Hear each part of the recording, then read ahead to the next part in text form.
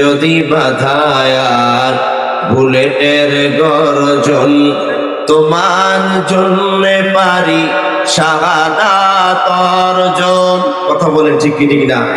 আর সাতক্ষীরার তাওহীদি মুসলমান, যে আল্লাহ তাআলা কোরআনের ভিতরে নামাজের হুকুম দিয়েছেন, যে আল্লাহ তাআলা কোরআনের ভিতরে রোজার বিধান দিয়েছেন, যে আল্লাহ তাআলা কোরআনের ভিতরে যাকাতের বিধান দিয়েছেন, যে আল্লাহ তাআলা কোরআনের ভিতরে পর্দার বিধানকে ফরজ করেছেন, সে আল্লাহ তাআলা তার হাবিবকে ডেকে বলেন, ইয়া আইয়ুহার রাসূল, হে আমার পয়গম্বর, বাল্লিগ মা উনজিলা ইলাইকা মির রাব্বিক, আমি রবের পক্ষ থেকে ওহীও বাণী কোরআনের শাশ্বত বিধানগুলো মানুষের দ্বারা দ্বারে পৌঁছে দেন। আল্লাহর হাবিব কোরআনের বিধানগুলো মানুষের দ্বারা দ্বারে যখন পৌঁছে দেওয়া শুরু করলেন, নবীর আমিন কাটা গেল, সাদিক কাটা গেল, নবীকে তারা পাগল বলা শুরু করলো।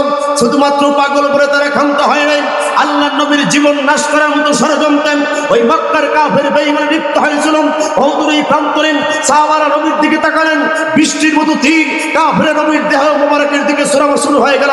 আল্লাহর নবীর সাহাবারা বুকে তাজা রক্ত ওহুদের ময়দানে ঢেলে দিয়েছেন, চতুর্দিক থেকে বৃত্তাকারে দাঁড়িয়েছেন, বুক পেতে দিয়েছেন, ইয়া রাসূলুল্লাহ ওয়া ইয়া হাবিবাল্লাহ, আমাদের ধমনীতে এক বিন্দু রক্তকণিকা থাকা সত্ত্বেও আল্লাহর হাবিবের গায়ে শরীরে তীরের আঘাত লাগতে পারে না।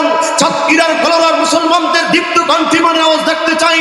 এমন কোন মুসলমান আছেন আল্লাহর জমিনে, এই বাংলার ময়দানে এক কুলাঙ্গার নাস্তিক বেঈমান আমার নবীর শান মান ইজ্জত মর্যাদা নিয়ে কথা বললেন, আমরা সুনিশ্চিত মৃত্যুদণ্ড দাবি করবেন কারা? দুটো হাত আল্লাহকে দেখান তারা।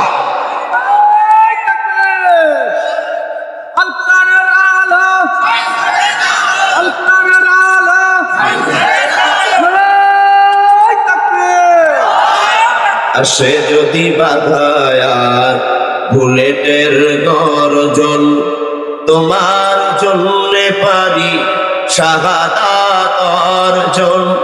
লড়তে পারি আমি পাহাড় সম, যদি কাছে রেখে নিতে পারো আমায়। মন শুধু যেতে চায় বারে বার মদিনায়, মরুর দোলান যে নীরবে ঘুমায়।